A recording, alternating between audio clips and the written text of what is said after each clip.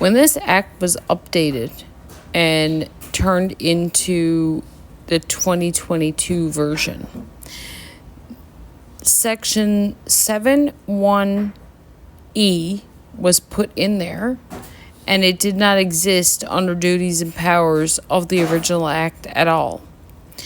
Section 71E is actually a direct conflict with this act because the intent of the act and the regulations has to provide services to injured workers and dependents, and there is no way that promotion of health and safety in workplaces and the prevention and reduction of workplace injuries and diseases is part of what is allowed underneath the act that is supposed to provide services to injured workers and dependents.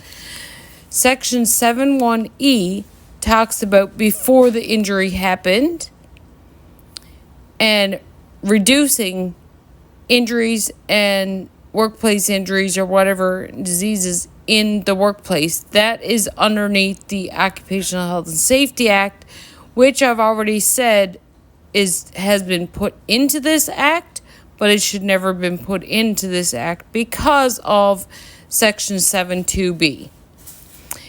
Now, after they did this in 2022, then they decided to come up with the senior healthcare officer, and Andrew Furey's wife was given that title.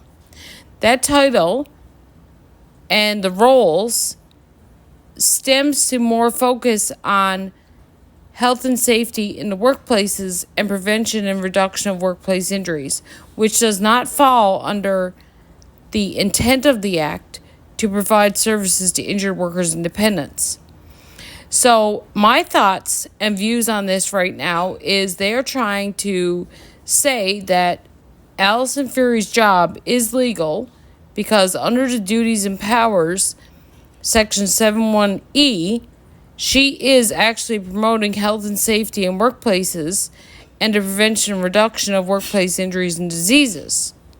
However, because that goes against the intent of the act, then that section of the act is not supposed to be in there in the capacity to provide Alison Furey with this job or to provide work personnel with the ability to have that job there and to use the injury fund to pay for that job to be there. So I would love for work personnel, the Minister of Work Personnel, Minister responsible for work personnel, and the Premier to talk about how this legislation covers his wife's job, because as I've clearly stated, it does not. It looks like they snuck in a piece of legislation into this act on multiple occasions to make it look like the things that they were doing was legal, but they're not. They're in complete conflict with the intent of the act, and that means that they need to be removed immediately. And whoever put them there should be held accountable for putting them there. The intent of the act is the intent of the act is the intent of the act. It is what it is.